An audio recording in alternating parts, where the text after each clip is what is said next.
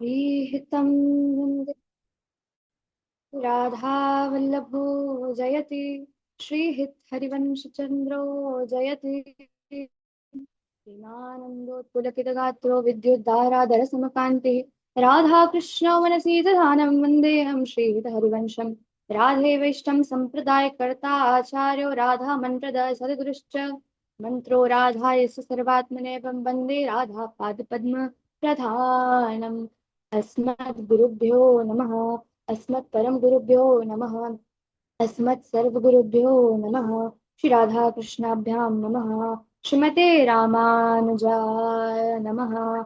लंबोदरं परमसुन्दरेकदन्तं पीताम्बरं त्रिनयनं परमं पवित्रम् उद्यद्दिवाकर्णिभोज्ज्वलकान्तिकान्तं विघ्नेश्वरं सकलविघ्नहरं नमामि। अखण्डमण्डलाकारं व्याप्तं येन चराचरं तत्पदं दर्शितं येन तस्मै श्रीगुरुवे नमः। लाइट बत्ती हो तो मोटर चल रही है। देवीं सरस्वतीं व्यासं ततो जयमुदीरये जयतु जयदेवो वन्दनोऽयं विष्णुवंशप्रदीपः जयतु जयतु मेघश्यामलो कोमलाङ्गः जयतु जयतु पृथिवी भारनाशो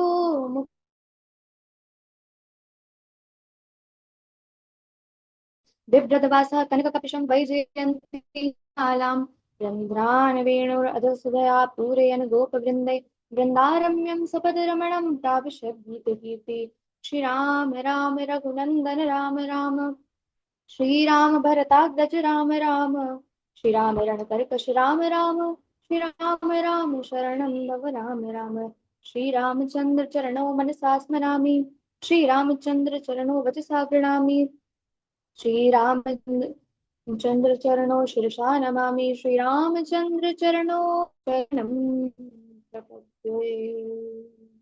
माता रामत्पिता रामचन्द्रः स्वामी रामो मत्सखा रामचन्द्र सर्वस्वं मे रामचन्द्रो दयालुर्नान्य जाने न जाने न जाने रामाय रामभद्राय रामचन्द्राय वेदसे रघुनाथाय नाथाय सीताय पतये नमः। श्री राधा वल्लभ लाल की जय। सद्गुरुदेव महाराज की जय। श्री सीताराम चंद्र भगवान की जय। समस्त वैष्णव वृंद की जय। अनंत भक्त बलवंत हनुमान जी महाराज की जय।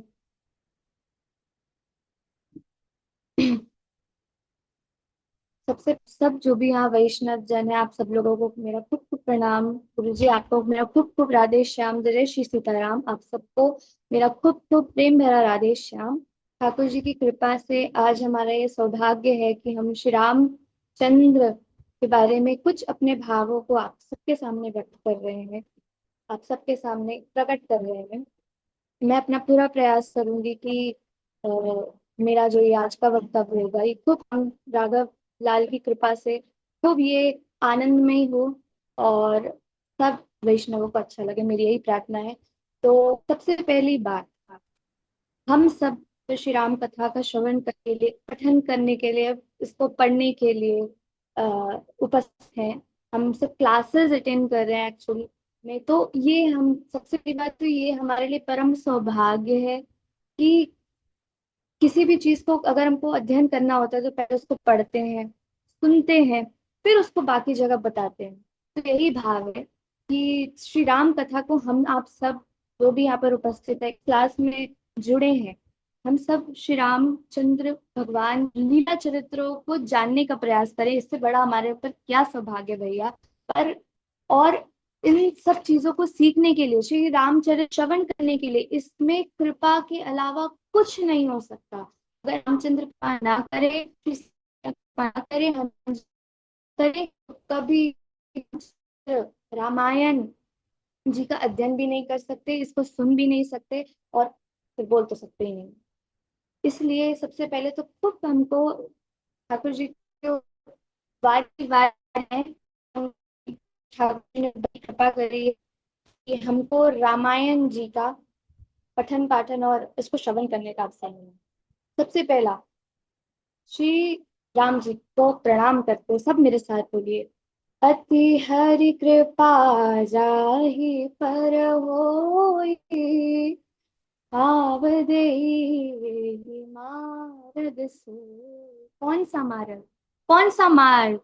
जब ठाकुर जी की अत्यंत कृपा होती है तब वो हमें ये मार्ग देते हैं, हरि कथा श्रवण करने का मार्ग देते हैं, हरि नाम बोलने का मार्ग देते हैं, हरि नाम प्रचार करने का मार्ग देते हैं।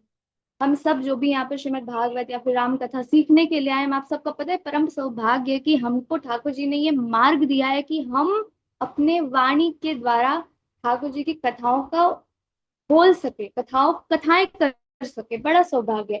जिस पर अति अति कृपा, एक होती है कृपा, एक होती है अति कृपा।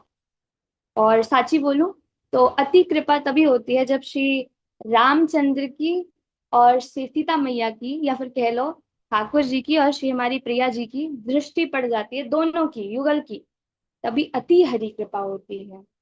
लेकिन कृपा और अति कृपा में क्या आते? कृपा सब पर है, हवा है, पानी है, भोजन, सब, ये सब कृपा। लेकिन अति हरि कृपा में केवल हरि नाम, केवल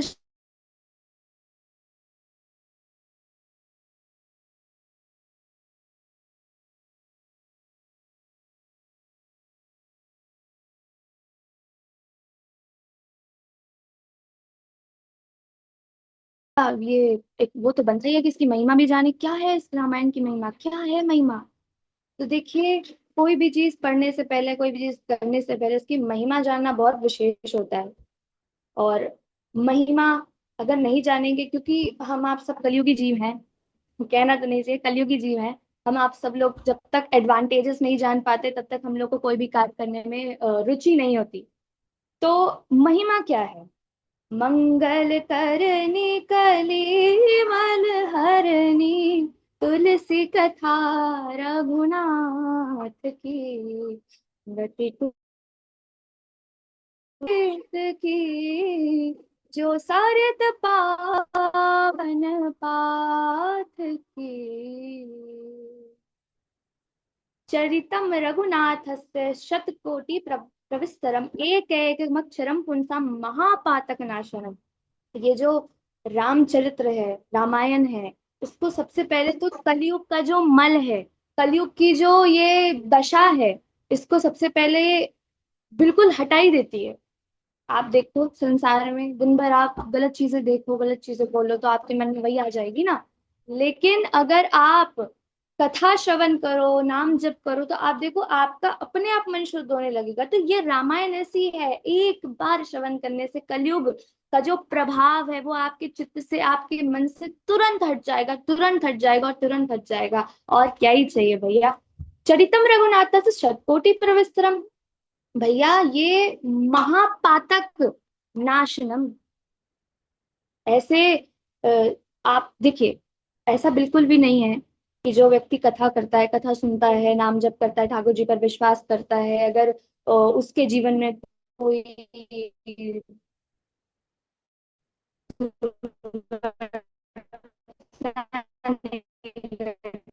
ऐसा बिल्कुल भी नहीं है। सबका अपना अपना अपनी अपनी दुख दुविधाएं, कह सकते हैं सीजन्स है। अगर और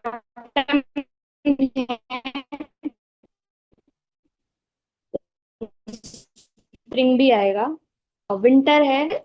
जब आप भक्ति मार्ग में आते हो ना, तब आपको इन क्षणिक, ये सीजन्स जैसे जो ये दुख सुख है ना, इनका आपको अनुभव नहीं होता। ऐसा नहीं होता कि आते नहीं, आते हैं पर आपको अनुभव नहीं होता। और ये तब होगा जब हम हरिनाम कथा श्रवण, संत संग, साधु संग, सत्संग, इन सबका हम अपने जीवन में आश्रय लेंगे ना, तभी होगा। तो ठाकुर जी की बड़ी कृपा है कि हम आप सबके लिए तो, और बाकी दुनिया के लिए तो दुर्लभ है, पर हम आप सबके लिए तो बहुत ज्यादा ही सुविधा में है कि हम आप सब रोज 5 से 6, 7:30 से 9 तक ठाकुर जी की लाइन श्रवण करते रहते हैं। बड़ी कृपा है। अब रामायण का अर्थ क्या है, बहुत इंपॉर्टेंट है। जब हम भागवत जी भी अध्ययन करते हैं तो उसमें सबसे पहले भागवत जी का भी अर्थ बताया जाता है, भागवत जी का भी अर्थ पूछा जाता है। और यहाँ रामायण का अर्थ क्या है, बड़ा सुंदर है। श्री रामस्य चरितान्वितम अयनम शास्त्रम, बड़ा सुंदर भाव है भैया। हमारे मलुपीठाधीश्वर श्री राजेंद्र दास जी महाराज बड़ा सुंदर भाव कहते हैं इस पर, बड़ा सुंदर। तो रामायण का अर्थ क्या है, राम जी का अयन घर। अब आप सोचो, हम सब ने कथा में एक चीज तो सुना ही होगा ना कि भगवान कहाँ रहते हैं, सब जगह। पर विशेष भगवान कहाँ रहते हैं, विशेषता अपने भक्त के हृदय में रहते हैं। तो सोचिए, तुलसीदास जी ने अपना हृदय प्रदान किया है हम आप सबको।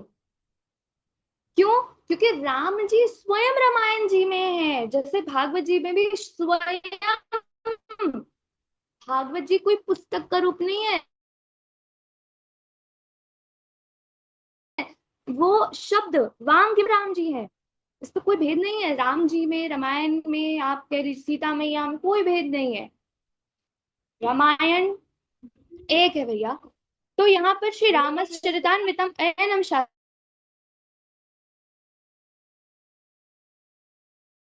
राम जी का अयन घर। श्री राम जी की प्राप्ति रामायण क्या करवाती है, राम जी की प्राप्ति।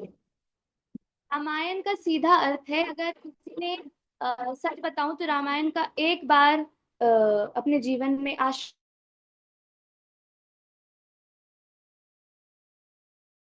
ले लिया, रामायण का एक बार उसने जो एक आप कह लीजिए प्रायोरिटी, वो राम जी बन जाएंगे।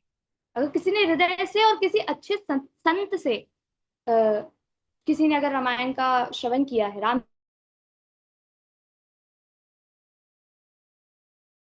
रामचरित्र का श्रवण किया है, तो ऐसा धार की इच्छाओं का बिल्कुल हनन हो जाएगा महाराज, बिल्कुल हनन हो जाएगा उसमें, फिर राम राघव लाल की प्राप्ति के लिए वो जाएगी ही नहीं। यही भाव है। तो रामायण का तो राम जी का घर, और राम जी के घर में तो राम जी मिलेंगे ना, तो भैया रामायण श्रवण जरूर करना चाहिए। अब बात आती है कथा का फल क्या है। देखिए, जैसे मैंने पहले भी कहा था, हम सब संसारी जीव हैं। हम आप सब लोग बिना फल के कोई चीज लेते नहीं हैं, उसकी हमको चाहिए होती हैं कुछ चीजें। तो यहाँ पर फल रामायण का फल है। और मैं सच बताऊं तो फल देना थोड़ा मुश्किल है मेरे लिए, क्योंकि हम जिस प्रणाली से हैं, वहाँ पर प्रेम भाव नहीं रहता है। और कोई जो ही प्यार करे सोई मोहे भावे, भावे मोहे जोई सोई, सोई करे प्यार। हमारे यहाँ पर कोई भी इच्छा नहीं प्रकट की जाती, लेकिन फिर भी दिस टाइम कथा का फल क्या है? सर्व पाप को, जितने आपके पाप हैं, सर्व पाप, यहाँ पर वेग पाप नहीं, सर्व पाप, आपके सारे पापों को नष्ट कर देती हैं। और आपके चित्त में श्री राघव लाल के, आपके हृदय में श्री राघव लाल का प्रेम प्रदान कर देती है। यही तो है अब सर्व पाप कथा का फल, कि सारे पापों को नष्ट करके आपके हृदय में राघव लाल की प्रेम प्रेम का प्रादुर्भाव कर देती हैं। और एक और बात, जैसे ये बहुत जगह मैंने सुना है, और मैं ये मुझे बड़ा अच्छा भी लगता है भाव, कि जब जैसे नहीं बहुत लोग बोलते हैं कि हमारा ग्रह खराब चल रहा है, ये चल रहा है, ये चल रहा है, वो चल रहा है, ग्रह खराब हो गया।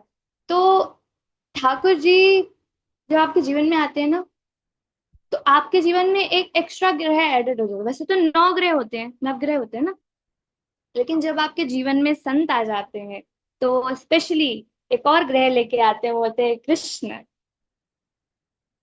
राधा रमन लाल का, श्री रामचंद्र का, सीता मैया का प्रेम लेके आ जाते हैं। और रामायण की तो इतनी महिमा है महाराज, क्योंकि आप अगर कथा श्रवण करेंगे ना, तो आपके जीवन से आप देखेंगे देहाभिमान शून्य हो जाएंगे, देह का अभिमान नहीं रहेगा। बताओ कि मीराबाई जी को देह का अभिमान नहीं था, क्यों? बचपन से कथा श्रवण की थी।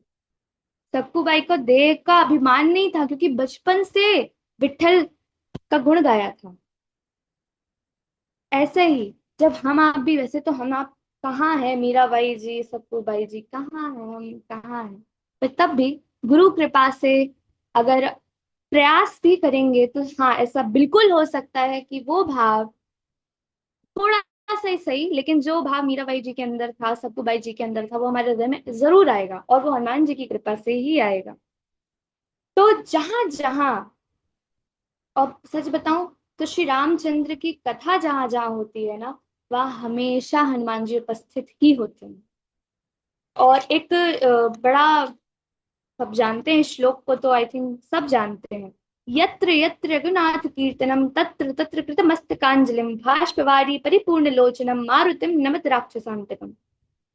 कि जहां जहां रघुनाथ जी का कथा होती है, कीर्तन होती है, वहां हनुमान जी को बुलाना नहीं पड़ता। हनुमान जी को कोई इनविटेशन, हम आप लोगों की आदत नहीं है कि बिना पार्टी के, इनविटेशन के पार्टी में नहीं जाएंगे, नहीं नहीं, हनुमान जी को इनविटेशन का कोई वो नहीं होता। हनुमान जी स्वयं प्रकट हो जाते हैं, अपने खुद के रूप में आकर के राम जी की कथा श्रवण करते हैं। ये हमने अनुभव किया है, क्योंकि हमारी पहली कथा हनुमान जी के प्रांगण में ही हुई, और हमने बहुत अनुभव किया है कि हनुमान जी आते हैं। तो भैया यही भाव है कि अगर रामायण का परिचय क्या, रामायण से परिचय आप क्या ले सकते कि रामायण क्या है, सीधा ये है, आप सीधा समझ लीजिए। वो चीज, जो चीज बोलना भी थोड़ा गलत हो जाएगा, लेकिन वो ठाकुर जी का वो स्वरूप जो ठाकुर जी की ही प्राप्ति कराता है। ठाकुर जी का वो स्वरूप, रामचंद्र का वो स्वरूप जो रामचंद्र की ही प्राप्ति कराता है, उसी को रामायण कहते हैं। ये मेरे भाव से है। मैंने बहुत पहले एक महापुरुष की कथा में सुना था यही भाव, राम कथा में ही सुना था कि रामायण से ठीक है, आप संसारिक सुख मानते हो उसके फल में, या फिर कुछ कुछ भी मानते हो, ठीक है, वो सब ठीक है, लेकिन राम चरित्र, रामायण, मानस जी का पाठ करने से अगर मानस जी स्वयं आपको कुछ दे सकती हैं, तो वो केवल केवल केवल श्री रामचंद्र भगवान का प्रेम है भैया। रामचंद्र का प्रेम ही दे सकती हैं मानस जी स्वयं, लेकिन हम आप अपनी इच्छा प्रकट कर देते हैं, तो थोड़ा हो जाता है। लेकिन कोई बात नहीं, रामचरित्र बहुत महिमा है उसकी, बहुत महिमा, अपार महिमा है। और वो मानस जी स्वयं देंगी, जब हमारा हृदय साफ होगा, हनुमान जी की हम पर खूब कृपा होगी, तभी हम रामचरित्र को अच्छे से श्रवण कर पाएंगे। तो आज अभी समय तो मेरे पास खैर नहीं है, मुझे जाना पड़ेगा।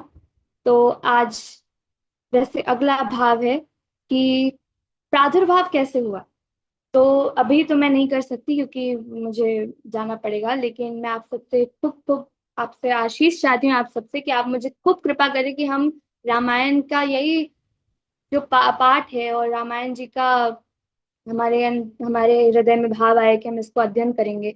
हम आप सबकी खूब कृपा होगी अगर आप हमको आशीष देंगे कि हम खूब इस सब का अध्ययन करें और रामचरित्र का खूब गान करें। यहीं पर आज मैं अपने भाव को विश्राम देती हूँ। जय जय श्री वंश चरण शरणम।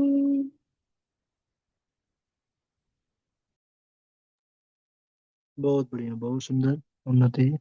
आप बहुत ही भाव और श्री रामचरित्र को बड़ी सहजता के साथ उसकी महिमा को दर्शाते हुए इस कक्षा पर पहला आपने अपना वक्तव्य दिया। बहुत बढ़िया लगा, सभी लोग बड़े प्रसन्न हैं आपके वक्तव्य माधुर्य वाणी को सुन करके। बहुत अच्छा। बहुत बढ़िया उन्नति, बहुत अच्छा प्रवचन रहा। आपने पहली बार राम कथा का प्रवचन किया, बहुत ही अच्छा लगा। आपके ऊपर राधा माधव की कृपा बनी रहे। सभी प्रसन्न है आपके प्रवचन से। ठीक है, जल्दी दूसरा प्रवचन हो आपका, हम सब सुनने के लिए उत्साहित है। ठीक है, ऐसे ही खूब बढ़िया से तैयारी करते रहिए, श्लोक चरित्र सब लोग, और बढ़िया से सुनाइए। ठीक है, और कल जिनका नंबर है वो भी तैयार रहे।